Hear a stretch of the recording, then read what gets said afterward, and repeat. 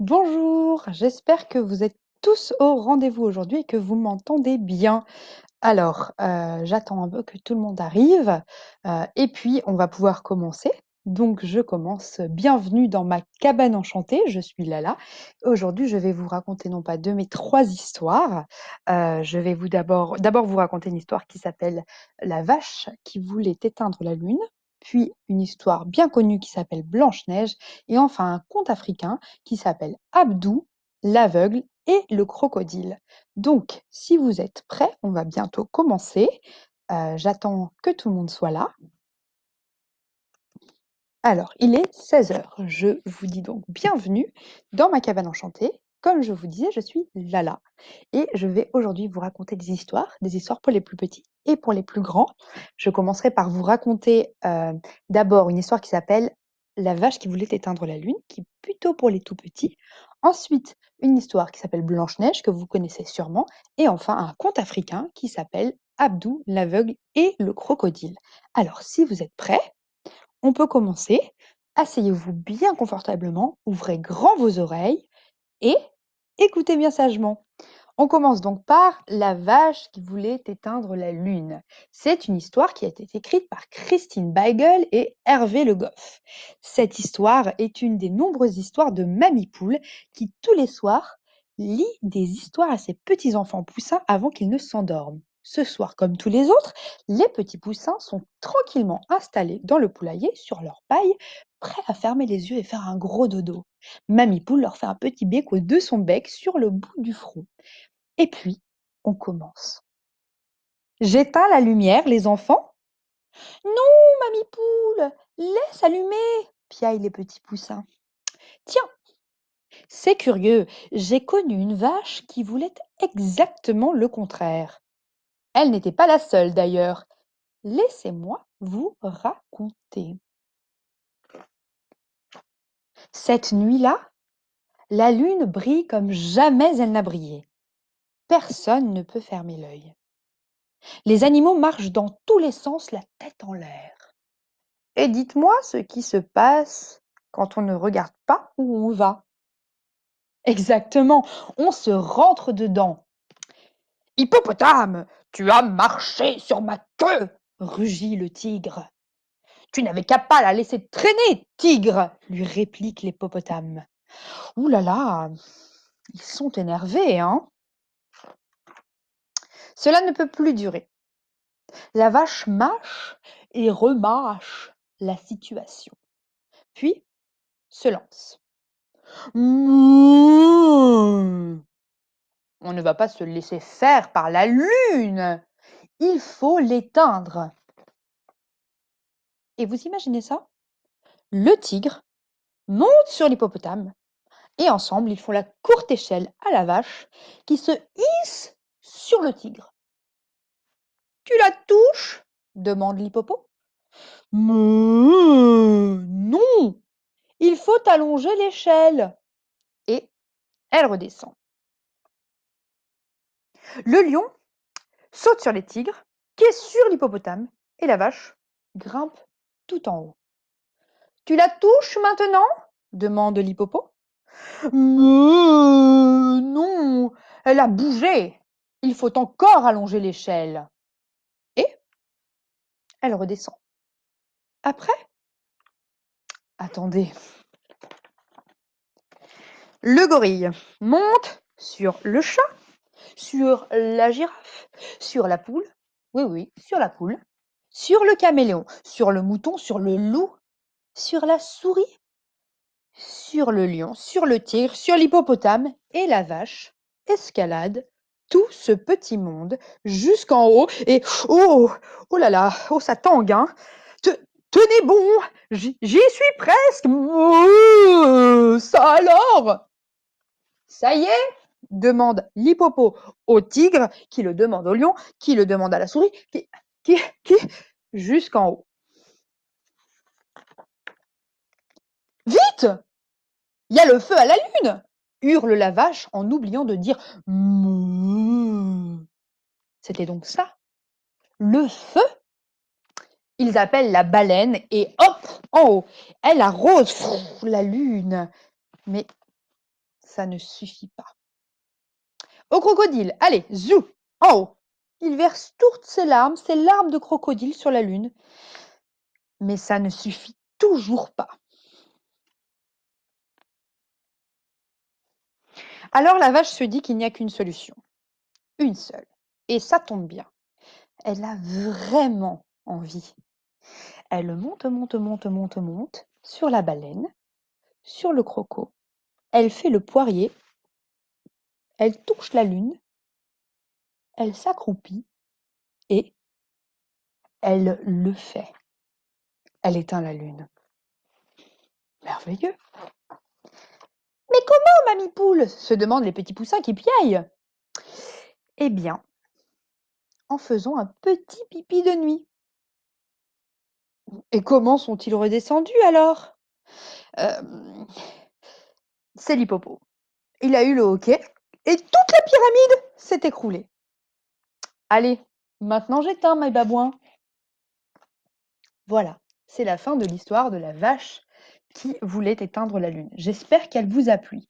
Je passe maintenant à une histoire que vous connaissez tous sûrement qui s'appelle Blanche-Neige. Alors Blanche-Neige a été écrite par Jacob et Wilhelm Grimm, qui sont deux frères allemands qui, au début du 19e siècle, sont allés partout en Allemagne pour récolter en fait des contes populaires. C'est-à-dire que c'était des histoires qu'on se racontait de génération en génération, mais qui n'avaient encore jamais été dans un livre. Donc ce qu'ils ont fait, c'est qu'ils ont écouté toutes les versions de ces histoires, comme par exemple Cendrillon ou Hansel et Gretel, et qu'ils les ont enfin rassemblées en une histoire qui reprenait le plus de tout ce qu'on entendait partout en Allemagne. C'est pour ça qu'aujourd'hui, vous avez plusieurs versions parfois de Blanche-Neige ou des autres contes. Donc j'ai choisi de vous raconter aujourd'hui Blanche-Neige, qui se dit en allemand Schneewittchen. Ok, Schen en allemand, c'est un mot qui veut dire petit. Par exemple, Mädchen, c'est une jeune fille. Voilà. Kleinchen, ça veut dire mon petit petit. Voilà. Je commence et je vous raconte donc l'histoire de Blanche-Neige. Il était une fois une reine qui mit au monde une petite fille à la peau aussi blanche que la neige, aux lèvres aussi rouges que le sang et aux cheveux aussi noirs que l'ébène. On l'appela Blanche-Neige. Hélas, la reine mourut en lui donnant le jour. 1 an plus tard, le roi se remaria. Sa nouvelle femme était très belle, mais aussi très fière et très orgueilleuse, c'est-à-dire qu'elle ne pouvait supporter qu'on soit plus belle qu'elle, et sans cesse, elle demandait à son miroir magique: Beau miroir, miroir joli, quelle est la plus belle de tout le pays? Et le miroir, sans fin, lui répondait: Reine, vous êtes la plus belle de tout le pays. Alors, elle était tranquille, car elle savait que le miroir disait la vérité. Mais Blanche-Neige grandissait et devenait de plus en plus belle. Et un jour où la reine interrogeait son miroir, il lui répondit: Reine, vous êtes très belle, mais Blanche-Neige est 1000 fois plus belle que vous. À ces mots, la reine devint jaune et verte de jalousie. Sur-le-champ, elle demanda à un chasseur d'emmener Blanche-Neige dans la forêt, de la tuer et de lui rapporter son foie et ses poumons. Le chasseur obéit, mais au moment de tuer la jeune fille, il fut pris de pitié et lui dit de se sauver, de s'enfuir. Il rapporta à la place, à la reine, le poumon et le foie d'un marcassin. Le marcassin, c'est le bébé du sanglier. Toute seule, au milieu de la grande forêt, Blanche-Neige, effrayée, se mit à courir sur les cailloux pointus et à travers les ronces. Elle courut ainsi, jusqu'à la tombée du jour. Elle était fatiguée et elle avait peur. Et c'est alors qu'elle vit une petite maison où elle décida d'entrer pour se reposer car la maison était vide. Dans cette petite maison, au fond de la forêt, il y avait une petite table. Il y avait également 7 petites assiettes sur cette petite table. 7 petites cuillères à côté de 7 petites assiettes, 7 petits couteaux et 7 petites fourchettes et bien entendu 7 petits gobelets. Le long du mur étaient alignés 7 petits lits. Blanche-Neige, qui avait très faim et très soif, mangea un peu de légumes et de pain dans chaque petite assiette et but une goutte de vin dans chaque petit gobelet car elle ne voulait pas tout prendre à la même personne. Puis, épuisée, elle se coucha sur le dernier des 7 petits lits et s'endormit. À la nuit tombée, les maîtres du logis rentrèrent. C'étaient les 7 nains qui piochaient tous les jours le minerai dans la montagne. Ils s'aperçurent tout de suite que quelqu'un était venu dans leur maison. Le premier dit: Qui s'est assis sur ma petite chaise? Le deuxième: Qui a mangé dans ma petite assiette? Le troisième: Qui a pris de mon petit pain? Le quatrième: Mais qui donc a goûté à mes petits légumes? Le cinquième: Qui a piqué avec ma petite fourchette? Le sixième: Qui a coupé avec mon petit couteau? Et comme il regardait dans son lit, le septième nain y découvrit Blanche-Neige endormie. Venez voir, appela-t-il. Oh, comme elle est belle, s'écrièrent ses compagnons. Et ils la laissèrent dormir et n'étaient plus du tout énervés. Le matin venu, quand Blanche-Neige s'éveilla, elle vit les 7 nains et prit peur. Mais ils se montrèrent si gentils qu'elle leur raconta toute son histoire et comment sa belle-mère avait voulu la faire mourir. Si tu veux bien t'occuper de notre ménage, lui dirent les nains, si tu tiens tout bien propre et bien rangé, tu peux rester chez nous. Tu ne manqueras de rien. Blanche-Neige réfléchit, accepta et resta chez les petits nains. Le lendemain, les nains, avant de partir, dirent à Blanche-Neige: Prends garde à ta belle-mère. Elle saura bientôt que tu es ici. Surtout, ne laisse entrer personne. Mais la reine, qui s'imaginait être redevenue la plus belle de toutes, interrogea dans son palais son miroir. Il lui répondit: Reine, vous êtes la plus belle ici. Mais Blanche-Neige, par-delà les monts, chez les 7 nains, est encore 1000 fois plus belle que vous. À ces mots, la reine frémit de colère. Blanche-Neige était toujours en vie? Alors, elle fabriqua une pomme empoisonnée. Puis, déguisée en paysanne, elle alla dans la forêt chez les 7 nains et frappa à la porte de la petite maison.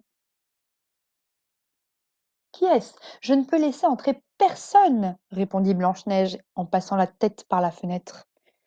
Tant pis, répondit la vieille belle-mère, qui était maintenant une paysanne.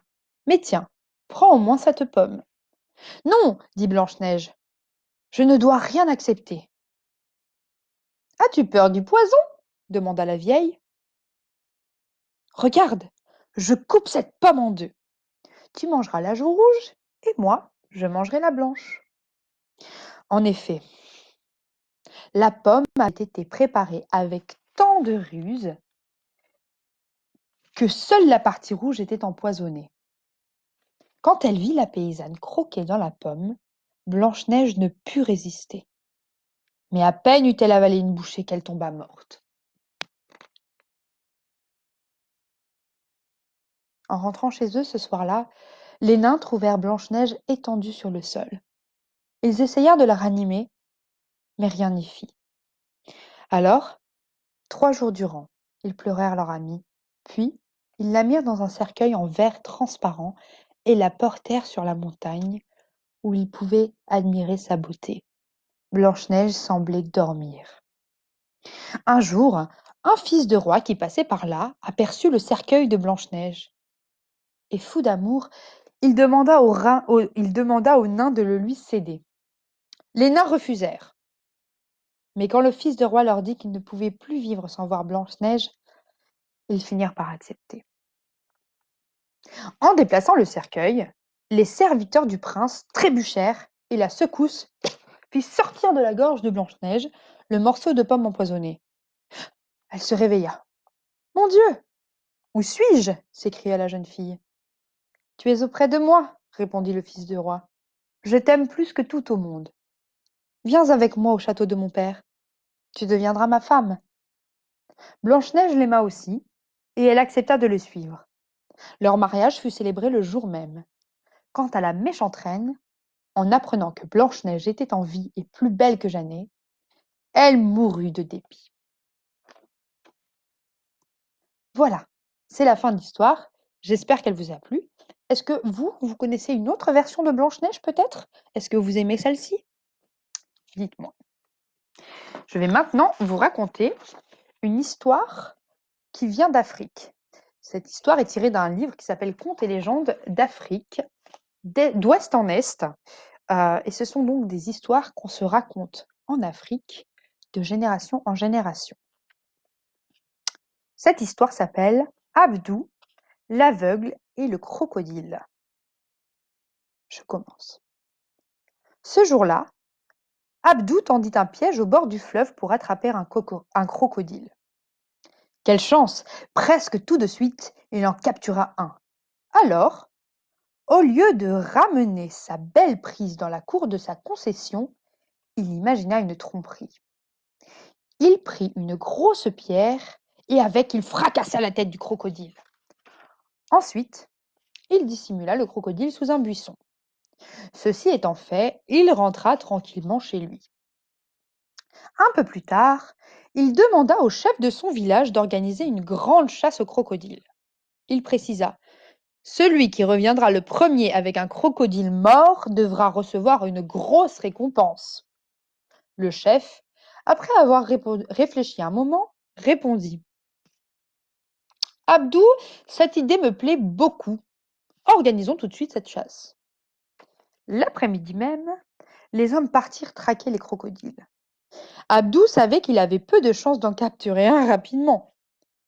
Il retourna vite dans sa case, tandis que les chasseurs se dispersaient au bord du fleuve avec leurs arcs et leurs flèches empoisonnées. Abdou se doutait bien que tous rentreraient probablement bredouille. Il était heureux de cette situation. Il serait le seul à ramener un crocodile. Il était même tellement satisfait qu'il courut chez sa douce amie pour lui dire à elle son secret. La belle Fatou certainement comprendrait sa joie.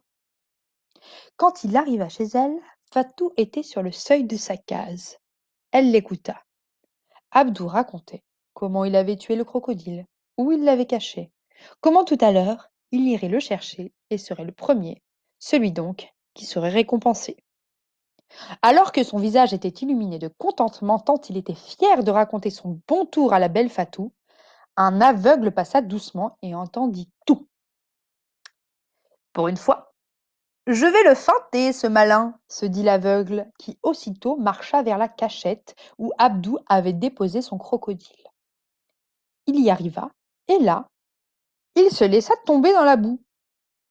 Il salit volontairement ses vêtements et attendit près du crocodile, mort depuis le matin. Abdou, pendant ce temps, avait regagné sa case. Il s'habilla avec son beau boubou bleu brodé. Puis, il repassa chez Fatou et lui dit: c'est l'heure. La chasse est commencée. Je vais capturer mon crocodile. Toujours heureux, il partit vers le fleuve, un gros bâton à la main. Les femmes qu'il rencontra étaient étonnées de le voir dans de si beaux habits, alors que tous les hommes étaient presque nus au bord de la rivière, avec leurs flèches ou leurs saguets. Abdou affirmait à celle qui croisait: moi, je vais facilement en tuer un de ces crocodiles de rivière. Vous pouvez me croire. Moi, je vais gagner. Aucun des chasseurs du village ne tua de crocodile. Abdou arriva près du buisson où il avait caché sa chasse du matin. L'aveugle était là, assis. Abdou lui dit: je viens de tuer un crocodile.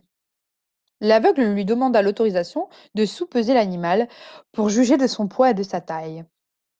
Abdou accepta et le chargea sur les épaules de l'aveugle. Celui-ci laissa tomber le crocodile dans la boue et le remit sur ses épaules, après l'avoir bien sali. Abdou, qui était maintenant un peu pressé, lui demanda de lui rendre le bagage qu'il portait. L'aveugle, sans prévenir, se mit à crier et à appeler au secours. Abdou alors comprit que l'aveugle voulait lui jouer un tour. Les autres chasseurs, bredouilles, arrivèrent en courant. Abdou voulut leur expliquer la situation.